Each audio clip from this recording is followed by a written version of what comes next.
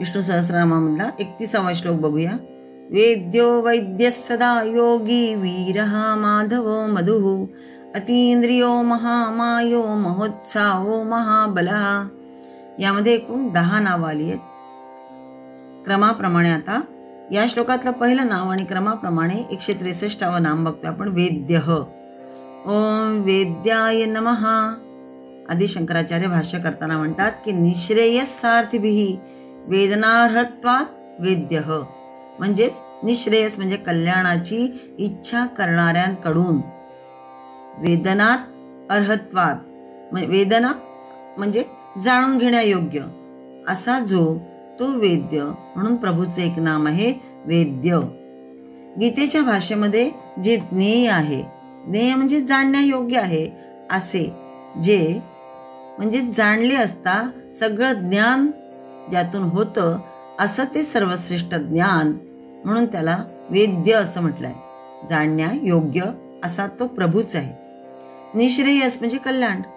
भारतीय संस्कृतीने धर्माची व्याख्या करताना म्हटलंय की यतो अभ्युदय निश्रेयस सिद्धी सह धर्म.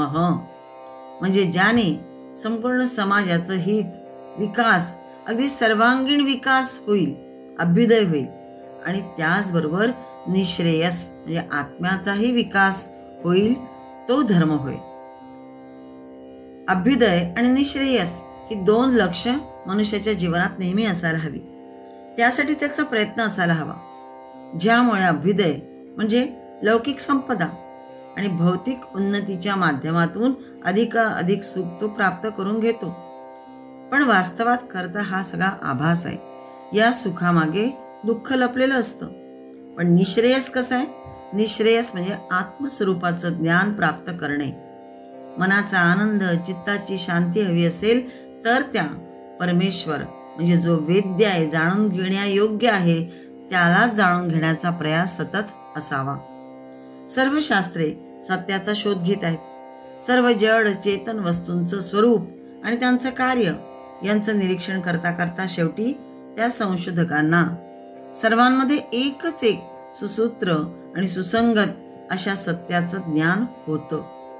सूत्रे मणिगणा इव, हे जे भगवंतांनी गीतेच्या 7व्या अध्यायामध्ये म्हटलंय ते याच अर्थाने की मी सर्वत्र सूत्र रूपाने राहून, ही जी पराप्रकृती आहे आणि अपरा प्रकृती, ही सगळी जी अष्टधा प्रकृती, त्या सृष्टीला सगळ्या बांधून मीच ठेवलेलं आहे.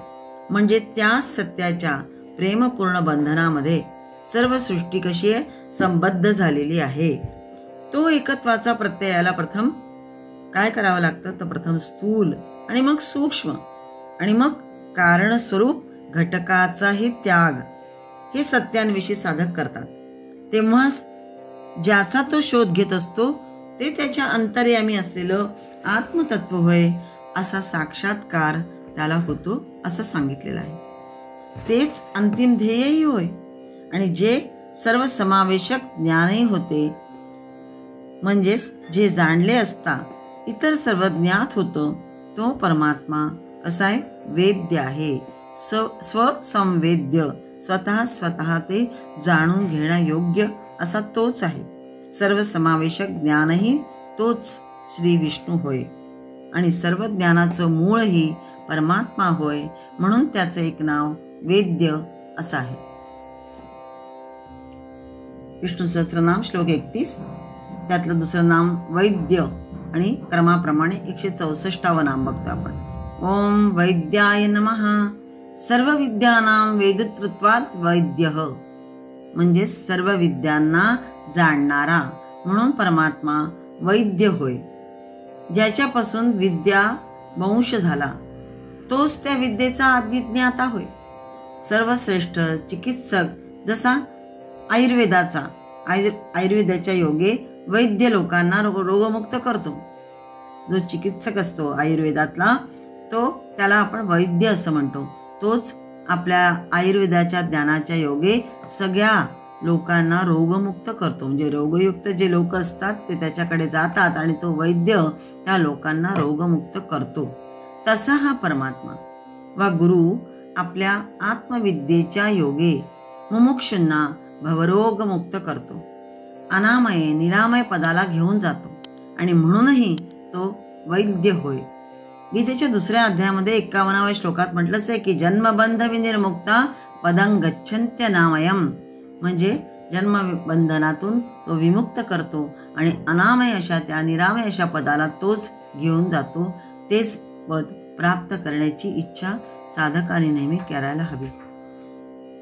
जन्म, मृत्यू, जरा, व्याधी हे सर्व भयाचे विविध भाव होत.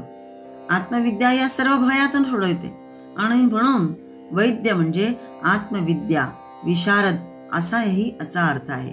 जो आत्मविद्या जाणणारा आहे, त्यात विशारद आहे, त्यालाही वैद्य असं म्हणतात. पण हा परमात्मा कसा, तर वैद्यांचाही हा वैद्य होय. किंबहुना श्री विष्णू परमात्माच एक वैद्य असून बाकी इतर सारे वैद्य हे फक्त पदविनी होय. पुढचं नाम बघूया. श्लोक 31 बघतोय आपण. 165वा नाम सदा योगी. ओम सदा योगिने नमः. सदा आविर्भूत स्वरूपत्वात् सह सदा योगी.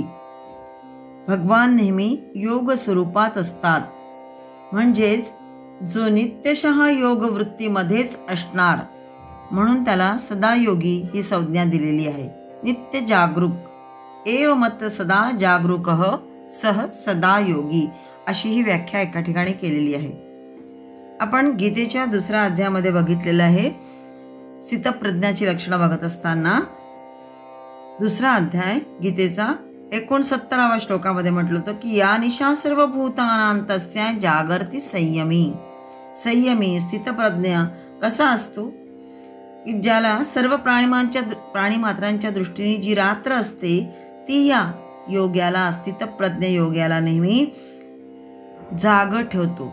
त्यावेळेस तो जागा असतो. नित्य ज्ञानस्वरूप परमानंदांच्या प्राप्तीमध्ये हा स्थितप्रज्ञ योगी सदा जागत असतो. आणि नाशिवंत सांसारिक सुखाच्या प्राप्तीत जे असतात ते सगळे ती रात्र समजून त्यावेळेस निद्रेत असतात. पण हा मात्र स्थितप्रज्ञ सदायोगी हा मात्र नेहमी जागा असतो. कशासाठी, तर परमानंदाच्या प्राप्तीसाठी.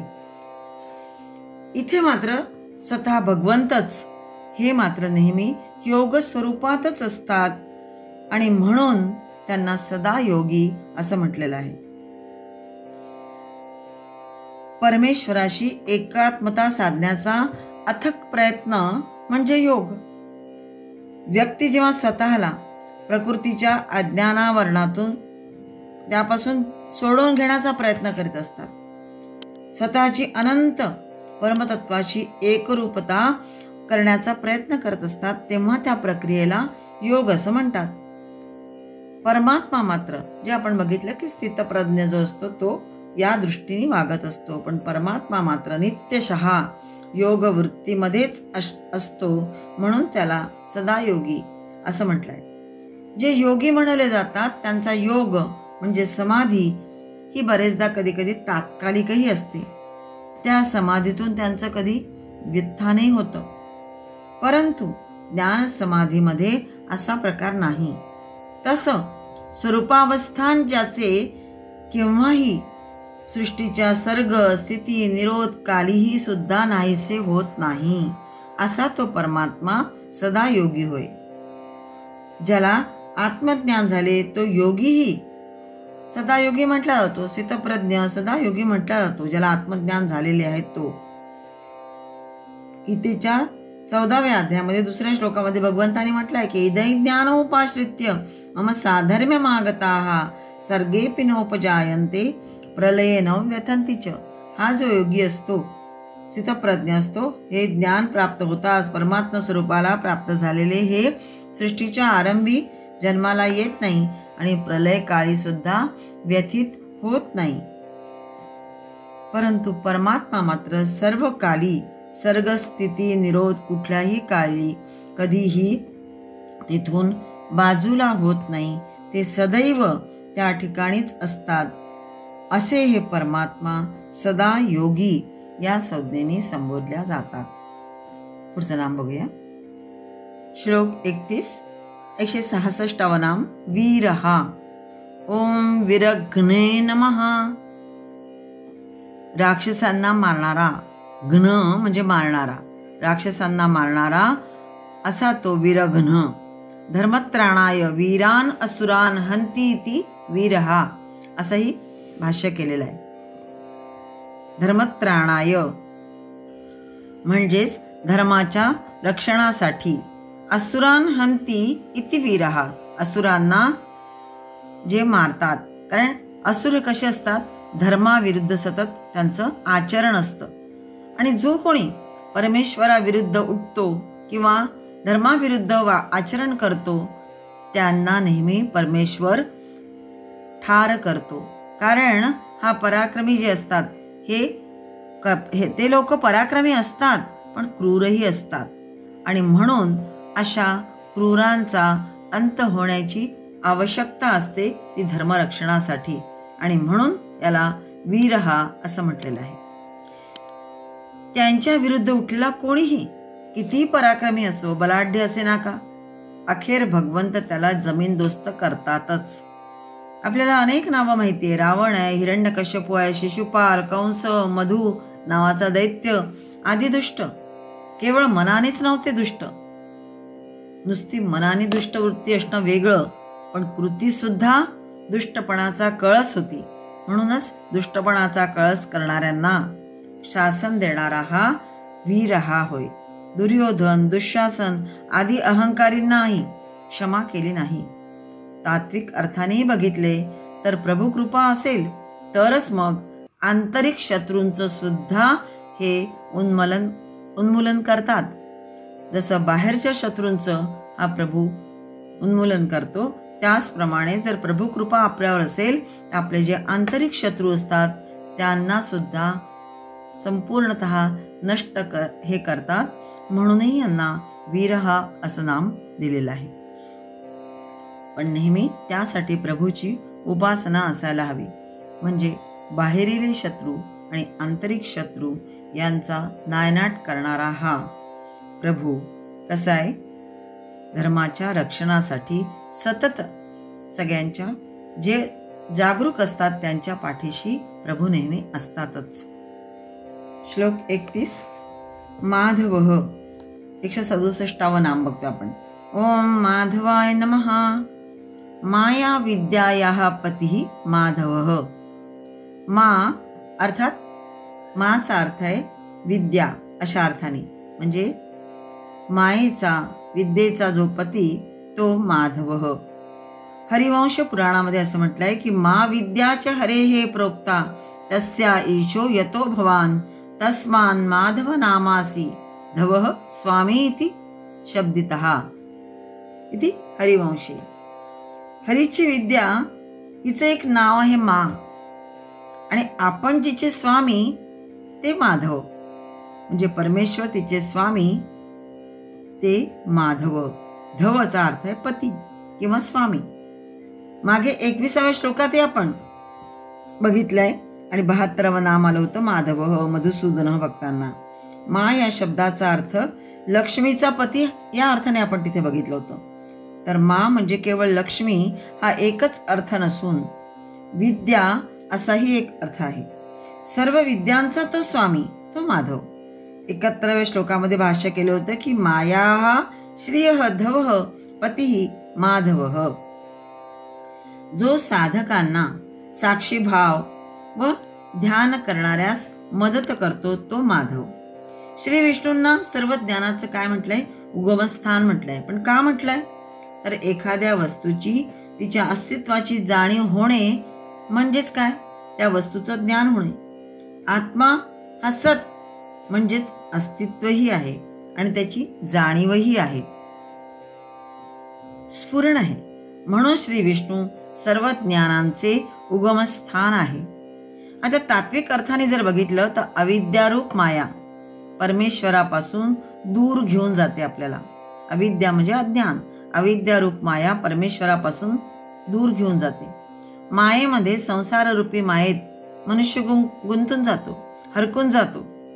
परंतु त्या परमतत्वाशी एकरूप करवणारी विद्यारूप माया सारं बंधन तोडून परमानंद देत असते. हे दर्शन हा अर्थ माधव नामामध्ये आहे. माधवची लीला आहे, क्रीडा आहे, त्याचा आनंद सिद्धभक्तच घेऊ शकतात. या विद्येला कसे प्राप्त करतात? तर मौनानी आणि ध्यानानी असेही सांगितलेलं आहे. केवळ वाणीचं मौन असून चालत नाही, तर सर्व इंद्रियांचं सुद्धा मौन हवे. श्रवणेंद्रिय आहे, नेत्रेंद्रिय आहे, घ्राणेंद्रिय आहे, वागेंद्रिय आहे आणि त्वचा, या सर्वांचं मौन म्हणजेच संयम असणं, म्हणजेच शक्तीचा संचय होतो. त्यामुळे या सगळ्यांवर संयमन ठेवणं म्हणजे शक्तीची संग्रह वाढवणं, शक्तीचा संचय वाढवणं आणि मग ध्यानाने त्या परमतत्वाला जाणणे. आधी मौन आणि मग ध्यान याने परमतत्वाला जाणता येतं. ही मधुविद्या आहे आणि या विद्येचा जो धव म्हणजे पती तो भगवान श्री विष्णू होय. त्याला प्रसन्न करणे, त्याच्या ज्ञानाने अंतर्दृष्टी बदलते, सर्वत्र शांती, समाधान, प्रसन्नता जाणवते. षड्विकार एकदा निघून गेले की मन चित्त ऊर्ध्वगामी होतं आणि म्हणून योगीजन या मधुविद्येच्या योगाने तो गुणांच्या, ज्ञानाच्या, सौंदर्याचा जणू जो पुतळा आहे त्याच्या प्रेमामध्ये लुब्ध होतात. हे योगी तेथून न परतण्याचीच इच्छा धरतात. असा हा माधव. पुढे 91व्या श्लोकात सुद्धा 735 नाम येणार आहे माधव. तेथेही कदाचित थोडा आणखी वेगळा अर्थ असेल, तो पण बघूया त्यावेळेस. थोड्या छोट्या अर्थांच्या वेगवेगळ्या छटा प्रत्येक नामात आहे. नामं जरी पुन्हा पुन्हा आलेली असली तरी सुद्धा. श्लोक 31, 168 नाम बघतो आपण. मधुः. ओम मधवे नमः. यथा मधुपराम प्रीतिमुत्पादयति अयमपि तथेति मधुः. ज्या प्रकारे मधु म्हणजे शहद, सहज ज्याला म्हणजे मध ज्याला म्हणतो आपण आणि हिंदीमध्ये शहद म्हणतात. ज्या प्रकारे मध अत्यंत प्रसन्नता उत्पन्न करतो, प्रीतिम उत्पादयति म्हटलंय, त्याप्रमाणे अयमपि हा सुद्धा, तथेति मधुः हा सुद्धा म्हणजे भगवंत सुद्धा प्रसन्नता देतो आणि म्हणून त्याचे एक नाम मधु असं आहे. मधु हा शब्द सामान्यतः मध या अर्थी वापरला जातो. तसंच अमृत या अर्थीही या शब्दाचा वापर होतो. भक्ताच्या अंतःकरणामध्ये जो अमृतमय आनंद निर्माण करतो त्यालाही मधु असं म्हटलंय. हिंदुस्थानामध्ये वसंत ऋतू हा मधुमास म्हणून ओळखला जातो. या ऋतूमध्ये फुलांना बहर येतो, ती मधाने परिपूर्ण होतात. त्यामुळे कीटकांपासून मनुष्यांपर्यंत सर्वांना आनंददायक असा हा काल असतो. आणखी एक म्हणजे सामान्यतः उद्भिजाचे सार, म्हणजेच उद्भिज म्हणजे जे खालून मुळापासून उत्पन्न होतात, बीजापासून उत्पन्न होतात ते, त्याला म्हटलंय उद्भिजाचे सार म्हणजे पुष्प वा फल. पण कित्येक उद्भिज जाती अशा आहेत की त्यांचे सार त्यांच्या मुळात, बुंध्यात, त्वचेत, पानात वा अन्य अंगोपांगातही आढळून येतं. पण या सारवान अंगोपांगामध्ये असार भागही असतो. असार म्हणजे जो नकोय आपल्याला तो वगळून घेतलेला जो म्हणजे सारांश, तो म्हणजे मधु होय. अर्थातच मधु म्हणजे तो अंश की ज्यामध्ये असार असं काहीच नाही, सार आहे, ज्याच्या संगोपनासाठी सारे जीव धडपडत असते. मोहोळातील प्रत्येक जीव त्या मधुसाठी जन्मतो, जगतो आणि मरत असतो. जसं मोहोळ असतं मधाचं, त्या मधसाठी प्रत्येक जीव त्या मधुसाठी जन्मतो, जगतो आणि मरत असतो. परमात्मा हा या विश्वकुलाचा तसा मधुकंद आहे. तो सर्वांचा परमप्रिय आहे. परमात्माच्या द्वारा सृष्टीमध्ये ज्यांना पाठवलाय तो मानव. हे जीवन, त्या मानवासाठी हे जीवन कसं आहे, रसपूर्ण आहे. परमात्मा रसोवई, सृष्टी रसमयी. परमात्मा रस आहे तर सृष्टी रसमयी आहे. आणि ज्यांनी या भक्तीचा रस जाणला, चाखला, अनुभव घेतला तोच खरा रसिक होय. भागवत महात्म्य सांगताना पहिला श्लोक पुन्हा पुन्हा सांगतात, या परमात्म्याच्या भक्तिरसाचं पुन्हा पुन्हा पान करा. हा संसार कसा आहे, असार आहे, मायाची लीला आहे. केव्हा हा सुटेल आणि कोणत्या कर्मासाठी आम्हाला या मायाजालात पुन्हा पाठवले जाईल, या सगळ्या गोष्टी कशा आहेत, व्यर्थ आहेत. पण संसारात राहून या सर्व गोष्टी जाणून जो परमात्म्याच्या नाम गुण दर्शन यामध्ये आनंद मिळण्याची कामना करतो आणि देहांतराची कुरवंडी त्यावरून ओवाळून टाकतो, अशी इच्छा करतो, त्याहून मग इष्ट मिष्ट दुसरं काय असू शकेल. आणि म्हणून तो मधु होय. तेच सर्वस्व असावे, दुसऱ्या कशातच आनंद नसावा. समस्त सृष्टीचे कारण जे चैतन्य आहे, जो आनंद आहे, तोच म्हणजे मधु. आणि म्हणून परमात्म्याचं एक नाम मधु होय. मधुसूक्त त्यासाठीच गायलेलं आहे. श्लोक 31, 169 नाम बघतो आपण. अतींद्रियः. ओम अतींद्रियाय नमः. शब्दादिरहितत्वाद इंद्रियाणाम अविषयः इति अतींद्रियः. पुन्हा असे म्हटलंय अशब्दम स्पर्शम इति श्रुतेः.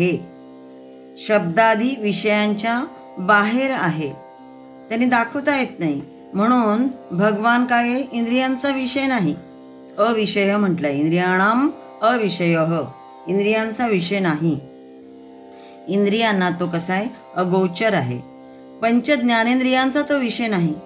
अर्थात इतक्याच मर्यादित अर्थाने ही संज्ञा वापरली नाही आहे. तो म्हणजे भगवंत ज्ञानेंद्रियांपेक्षा आणि त्याच्या कार्यांभूत भिन्न आहे आणि म्हणून तो कसा आहे, अतींद्रियः असं त्याला म्हटलं. अस्पर्श अशब्द असंही श्रुती म्हणतात. इंद्रिय कशाला पकडतात, जे दृष्टीगोचर असेल त्याला. म्हणजेच रूप डोळ्यांना दिसेल तर त्याला म्हणायचं दृग्गोचर, नेत्रांचा तो विषय होईल. कानाने ऐकू आलं तर ज्याची ती शक्ती आहे, कानाची शक्ती, श्रवणेंद्रियांचा तो विषय होईल. पण हा कानांचाही विषय नाही, दृष्टीचाही विषय नाही, हा दृग्गोचर नाही. त्वचेने सुद्धा हा कळत नाही, म्हणून त्याला अस्पर्श म्हटलंय. जिव्हेनी हाच तो हे बोलता येऊ शकत नाही, म्हणून त्याला अशब्द असं म्हटलेलं आहे. इंद्रिये कशी असतात, बहिर्मुखी.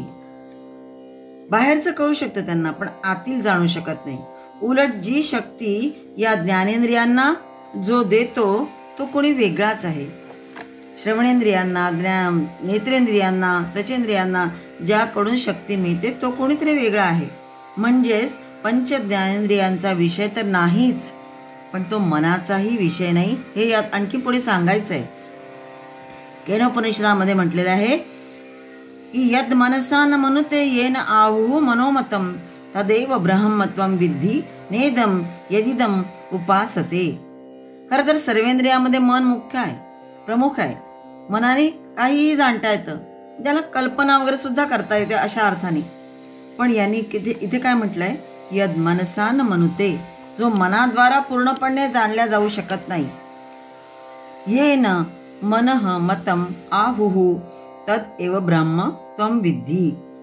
म्हणजेच मनाच्या पकडीत जो येत नाही, परंतु जो मनाला सगळ्या मानसिक वस्तूंना पकडण्यासाठी प्रेरित करतो, तोच ब्रह्म होय. त्यालाच तू जाण. विद्धी म्हणजे जाणून घे. जीवरूपात नव्हे, तर तो आपल्या जवळच आंतरिक नियंत्रक रूपामध्ये तो आहे, अशा अर्थाने. विषय स्वतः परिवर्तनशील आहे. इथे उपासते असंही म्हटलंय, म्हणजे उपासना म्हणजे ध्यान करावे अशा अर्थाने. यात इदम उपासते, त्याचं ध्यान करावं, त्याला जाणून घ्यावं, तो ध्यानाचा विषय आहे. बाकी विषय कसे असतात, परिवर्तनशील. इंद्रियांसकट मनही कसं आहे, चंचल असतं. विषय ज्ञान ही कल्पना आहे कधी कधी, आणि कल्पनेमध्ये ग्राह्य आणि ग्राहक दोन्हीही कसे असतात, अस्थिर, अविश्वसनीय, परिवर्तनशील. पण ईश्वरी ज्ञान जे आहे ते वस्तुज्ञान आहे. आणि वस्तुज्ञानामध्ये ग्राह्य कसं असतं, बोध, आणि ग्राहक बुद्धी जी असते, म्हणजे ग्राह्य बोध आणि ग्राहक बुद्धी ही कशी असते, स्थिर असते. वस्तुज्ञानामध्ये ग्राह्य बोध आणि ग्राहक बुद्धी ही स्थिर असते, आणि दोन्हीही विश्वसनीय आहे, अस्थिर नाही. आणि म्हणूनच ज्ञानाला बुद्धिग्राह्यम अतींद्रियम असंही म्हटलंय. गीतेच्या 6व्या अध्यायामध्ये 21व्या श्लोकात म्हणूनच म्हटलंय. गीता पुन्हा पुन्हा आपल्याला आठवते. सुखमात्यंतिकं यत् बुद्धिग्राह्यम अतींद्रियम वेत्ति यत्र न चैवायम स्थितश्चलति तत्वतः. इंद्रियातीत म्हणजे इंद्रियांहूनही वेगळा, त्याहूनही अतीत, केवळ शुद्ध झालेल्या सूक्ष्म बुद्धीने ग्रहण करता येणारा जो अनंत आनंद आहे, तो या अवस्थेमध्ये ज्या अवस्थेमध्ये अनुभवाला येतो आणि ज्या अवस्थेत असलेला योगी परमात्म्याच्या स्वरूपापासून मुळीच विचलित होत नाही. ते एकदा ज्ञान झालं की त्यातून तो मुळीच विचलित होत नाही. ही अनुभूती जी असते ती वेगळी आहे असं सांगितलं जातं. इंद्रियांद्वारा होणारे ज्ञान मात्र कसं असतं, विषयरूप असतं, तेवढ्यापुरतं असतं आणि ते सगळं अस्थिर विश्वसनीय नसतं. आणि ज्ञातृस्वरूप आत्मतत्व जे आहे हे निर्गुण असल्यामुळे ते स्वभावतःच अतींद्रिय आहे आणि इंद्रियांना त्यांचं सर्व सामर्थ्य चैतन्य देणारा तोच आहे. इंद्रियांना जी शक्ती मिळते, जे सामर्थ्य मिळतं बघण्याचं आहे, ऐकण्याचं आहे, जी काही शक्ती मिळते इंद्रियांना, ज्ञानेंद्रियांना, ती सगळी कोण देणार आहे, तो तोच आहे. तेच आत्मतत्व आहे, तेच परमतत्व आहे. केवळ अस्तित्व मात्र असूनही तोच सगळं तो देणार आहे. परमात्मा अतींद्रिय म्हटलाय ते यासाठी. आणि तो शिवाय शब्दरहित आहे, अस्पर्श म्हणजे स्पर्श न होण्यायोग्य, निराकार निर्विकार आहे. तसंच रसरहित आहे, गंधरहित आहे. सर्व जीवनाचं उगमस्थान तोच आहे. तो म्हणून श्री महाविष्णूला अतींद्रिय असे एक नाम आहे. 117वं नाम बघू, महामायः. ओम महामायाय नमः. मायाविनामपि मायाकारित्वात् महामायः. मम माया दुरत्यया असं गीतेच्या 7व्या अध्यायात 14व्या श्लोकात सुद्धा म्हटलेलं आहे. मायाविनामपि मायाकारित्वात् म्हणजेच मायाविनींवर सुद्धा जो माया टाकतो, ज्याची माया कळायला कठीण आहे, असा हा महामायावी, मायेचा सर्वश्रेष्ठ असा स्वामी आहे. या वैचित्र्यपूर्ण प्रकृतीचा प्रत्यक्ष आधार तोच आहे. त्याच्या साह्याने तिची, या प्रकृतीची सर्व लीला चालते.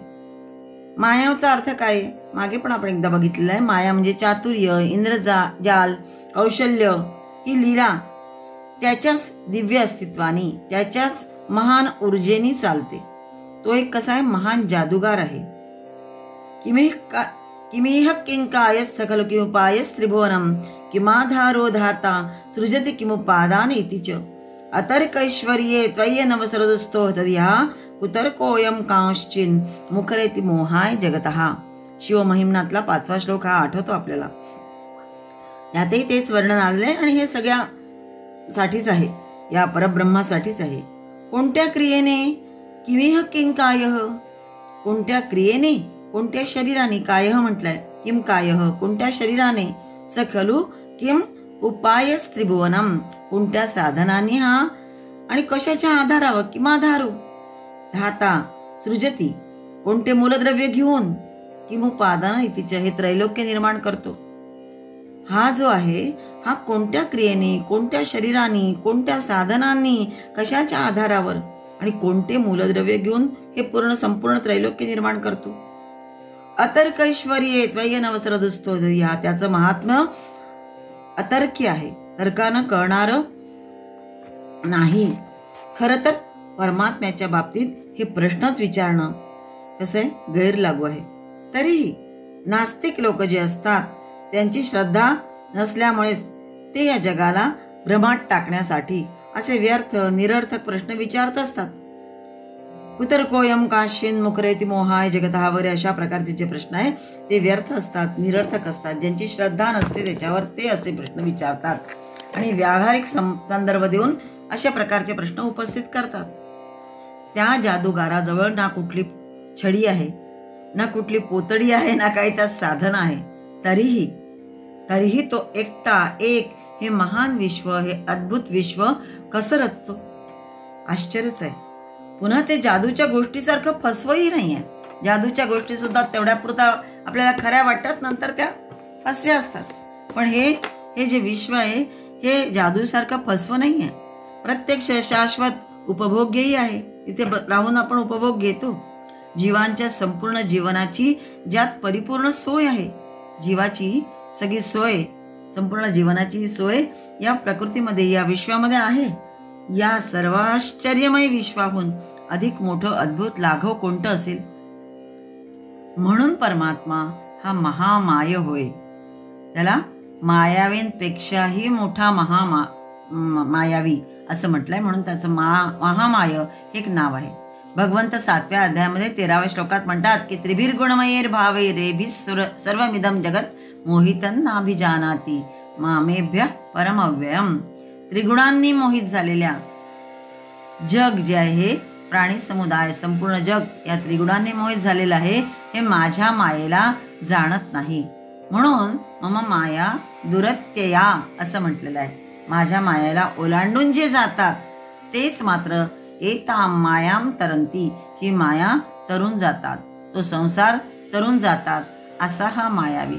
आणि मग ते मामेभ्य अव्ययम जानाती, माझं हे अव्यय स्वरूप जाणतात आणि मलाच येऊन मिळतात, असा हा मायावी नवे नवे महामायावी परमात्मा. म्हणून त्याला महामायः या नावाने ओळखलेलं आहे. पुढचं नाम बघूया. याच अर्थाचे थोडे थोडे आता पुढचे सगळी नाम आहेत. श्लोक 31, 171 नाम बघतोय. महोत्साह. ओम महोत्सायाय नमः. जगत उत्पत्ती स्थिती लयार्थ मद्युक्तत्वात् महोत्साह. जो अत्यंत उत्साही आहे त्याला महोत्साह म्हणतात. सतत कार्यरत, प्रत्येक कार्य पूर्णतेस नेणारा. आपण ज्या जगात राहतो ते जग वस्तुतः जन्म मृत्यूची शृंखलाच आहे. उत्पत्ती स्थिती लय ह्या त्याच्या शक्तींची कार्य म्हणजेच हे जन्म मृत्यूचे जग आहे. जसं महाकवीच्या ठाई अद्भुत कवित्व असणं पुरेसं नाहीये. महाकाव्य रचण्याची अजस्र अशी स्फूर्तीही त्याच्या मनात हवी असते. नुसते शब्द सुचून चालणार नाही आणि आळस असेल तर ती शब्द रचना होणार नाही. म्हणजे स्फूर्तीही कवीला लागते. परमेश्वराचं महान सामर्थ्य, अमर्याद उत्साह आणि त्यातूनच ही अतर्क्य अशी विश्वरचना, त्यात सतत होणारे बदल, हे सारच कसं आहे अनाकलनीय आहे. हे पुन्हा पुन्हा आपण बोलतोय. सारच कसं आहे अनाकलनीय आहे. सामान्य माणूस सतत काम करीत राहिला की त्याला विश्रांतीची गरज आहे. सतत काम असलं की त्याचा उत्साह माणसाचा कमी होत जातो. पण भगवंताच्या कार्यापुढे आपला मानव म्हणजे आपण मानव खरोखरच थिटे पडतो. भगवंतानी ठरवलं की ब्रेक हवा, विश्रांती हवी तर चालेल का? आपल्याला मिळणारी ऊर्जा जी त्याच्या सामर्थ्याने मिळते, साऱ्या शरीराच्या गतिविधी त्याच्याच अविरत कार्याने होत असतात, असा हा महोत्साह.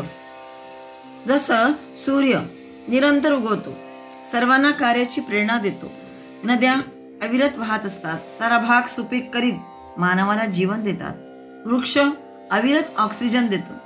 त्यांनी जर ठरवलं की ब्रेक हवा, विश्रांती हवी, तर सृष्टीचं कार्य सुसंबद्धपणे चालणार नाही. तीच प्रेरणा आम्हा मानवांनाही घ्यायला हवी.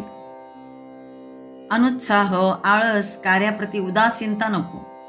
लोकसंग्रह करताना, लोककल्याणाचं कार्य करताना उत्साह जराही कमी व्हायला नको. परमेश्वराच्या नामांमधून आपल्याला त्यांचे गुण घ्यायचे आहेत, हे आपण मागेही बोललेलं आहोत. विष्णू सहस्रनाम म्हणजे एक एक नाम म्हणजे त्याचे गुणवर्णन करणार आहे. असे गुण आपल्यातही यायला हवे. ज्ञानदानाच्या कार्यामध्ये सुद्धा अविरत उत्साह हवा.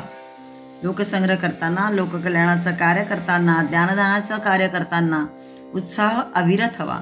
तर समाज, राष्ट्रोन्नती व्हायला वेळ लागत नाही. भगवंताला काही मिळवायचं नसतं, स्वार्थ नसतो भगवंताला, तरीही ते सतत कार्यरत असतात. 3रा अध्यायात भगवंत म्हणतातच 22व्या श्लोकामध्ये की नमे पार्थास्ते कर्तव्यं त्रिषु लोकेषु किंचन नानवाप्तमवाप्तव्यं वर्त एवच कर्मणी. अर्जुना, मला 3ही लोकांमध्ये काहीही कर्तव्य नाही आणि मिळवण्याजोगी कोणती वस्तूही मिळाली नाही असं नाहीये, तरीही मी कर्म करीतच असतो. पुढे 23व्या श्लोकात म्हणतात की यदि ह्यहन्न वर्तेयं जातु कर्मण्यतन्द्रितः. जर मी अहम न वर्तेयं कर्मणी अतिनृतः, मी सावध राहून, अतिनृतः म्हणजे सावध राहून जर कर्म केलं नाही तर फार मोठं नुकसान होईल. म्हणून मम वर्तमान वर्तन्ते मनुष्याः, माझ्या मार्गाचं अनुसरण करायला हवं मनुष्याने. आपापला धर्म, कर्तव्य कर्म न सोडता तितक्याच प्रामाणिकपणे उत्साहाने करत जीवन उत्तम जगायला हवं. भगवंत म्हणतात म्हणूनच माझ्या मार्गाचं अनुसरण करा, ते कधीही अधोगतीला जात नाहीत. ऐतरेय ब्राह्मण उपनिषदामध्ये म्हटलंय की चराती चरतो भगः चरैवेति चरैवेति, चरैवेति चरैवेति, जो सतत ऍक्टिव्ह असतो म्हणजे कार्यरत असतो. चराती चरतः भगः, त्याचं भाग्य कसं असतं, चालत असतं. म्हणून चरैवेति, चालत राहायला हवं. उत्साह जराही कमी होऊ देऊ नये. आणि जो थांबला तो संपला, म्हणजेच त्याचं भाग्यही थांबून राहतं.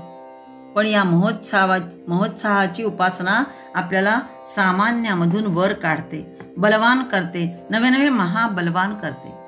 हेच या महोत्साह नामात अर्थ दडलेला आहे. पुढचंही नाम आहे, आपण आता याच्या आधी बघितलंय, महामायः, म्हणजे अविद्यारूपी मायेतून तो बाहेर काढतो आणि विद्यारूपी मायेने मनुष्याला जागृत करतो, ज्ञान देतो. त्याची उपासना केली तर, आणि मग महाउत्साह देतो. म्हणजे महामाय पाहिलं, महोत्साह बघितलं. अशा या दोन नामांमध्ये आपल्याला एक वेगळा अर्थ मिळतोय. आपल्याला एक वेगळं काहीतरी गुण त्यातनं आपल्याला घ्यायची सुचवत आहे. पुढचं नावही याच अर्थाचं आहे. त्यातनं महाबलः, महाबुद्धी, महावीर्य हे जी नामावली दिली आहेत त्यातूनही अनेक गोष्टी आपल्याला घेण्यासारख्या अशा या नामांमधून आहे. पुढचं नाम पुढे बघूया. श्लोक 31 त्यातलं शेवटचं नाम आणि क्रमाप्रमाणे 172वा नाम महाबलः. ओम महाबलाय नमः. बलिनामपि बलवत्वात् महाबलः, म्हणजे बलिनाम अपि म्हणजे बलवंतांमध्येही, बलवत्वात् अधिक बलवान असा तो महाबली, अमर्याद सामर्थ्य असलेला. आपल्या प्रत्येकात असणारं सामर्थ्य हे त्याच्या सामर्थ्याचं प्रतिबिंब आहे. भगवंताच्या सामर्थ्याचं आपल्यामध्ये असणारं जे सामर्थ्य आहे ते प्रतिबिंब आहे. अर्थात हे बिंब कसं आहे, अमर्याद आहे. अमर्याद शक्तिमान असल्यामुळेच त्याला महाबलः ही संज्ञा दिली आहे. एखादे महत् कृत्य संपादायचे असेल तर त्यासाठी अफाट बुद्धिवैभव, अचाट उत्साह वा स्फूर्ती लागतेच. पण इतकंच पुरेसं नसतं, तर त्यासाठी ताण सहन करायला शारीरिक बळही तसंच भक्कम हवं असतं. परमेश्वराची, भगवंताच्या ठाई ते स्वभावताच आहे. आणि म्हणून तो कसा आहे, सर्वतोनंत रूप विश्व निर्माण करू शकला. अनादि मध्यांत अनंत वीर्य असाच तो आहे. अखिल भारतात अनेकानेक मोठमोठे यज्ञ, भूदान यज्ञ, आणखीन बऱ्याच प्रकारचे यज्ञ या कार्याची उभारणी होते. आणि ती उभारणी करायला लागणारी विशाल प्रखर बुद्धी, अदम्य उत्साह आणि कणखर शरीर त्या दीक्षितांना असतं. आणि म्हणूनच मोठमोठी कार्य संपन्न होतात. पण त्याही पेक्षा हा जो सृष्टीरूप जे कार्य आहे हे किती किती महान म्हणावं. कोणीही म्हणेल की कशी तुलिता तुम्ही प्रगट मेरुषी मोहरी. म्हणजेच ही तुलना केकावलीमध्ये हे आलंय की कशी तुलिता, कशी तुम्ही तुलना करू शकता मेरू पर्वताशी या मोहरीची. म्हणजे ही तुलना खरं तर त्रोटक आहे. परंतु या अप्रस्तुत प्रशंसेने हा महाबल परमेश्वराचं थोडं तरी स्वरूप कळू शकेल किंवा अंदाज येऊ शकेल. बाकी ती तुलना करताच येत नाही मेरू आणि मोहरी यातली. विश्वसृष्टीसारखं महान कर्म करणारा हा कसा आहे, महामाय आहे. त्याचबरोबर महोत्साहही आहे, म्हणजे उत्साहही त्याच्यामध्ये आहे आणि महाबलही आहे. महाबल भगवंताशिवाय दुसरा कोणीही असूच शकत नाही. त्याचं बुद्धिबल, त्याचं मनोबल, शरीरबल अतर्क्य, अचिंतनीय, अनिर्वचनीय होय हेच खरं आहे. या त्रिगुण सन्निपाताशिवाय महत् कार्य संपन्न होत नाही, मग ते जीवाचं असो की ईश्वराचं असो. असा हा अचाट सामर्थ्य संपन्न महाबल भगवान श्री विष्णू सोय. पुढचा श्लोक बघूया.